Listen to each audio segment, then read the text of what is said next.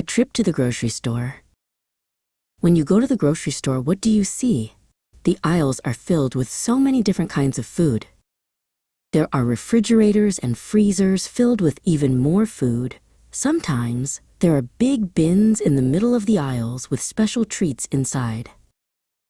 The grocery store has different departments. One of them is the bakery, where everything smells so sweet. In the bakery, you can find yummy things like cakes, pies, cookies, and tarts. They also have things you can eat with dinner, like bread and buns. You can also find bagels and biscuits in the bakery. The baker is the person who makes all these wonderful things. Then there's the canned goods section.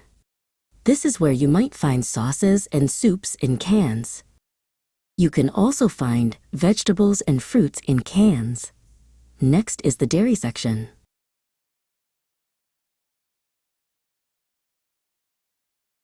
In the dairy section, you'll find milk and cream. You'll also see cheese and butter. Yogurt is also in the dairy section. There are so many flavors to choose from. In the meat department, you can find beef and pork. Poultry, which is chicken, duck, and goose, is also in the meat department. You can also find cold cuts in the meat department.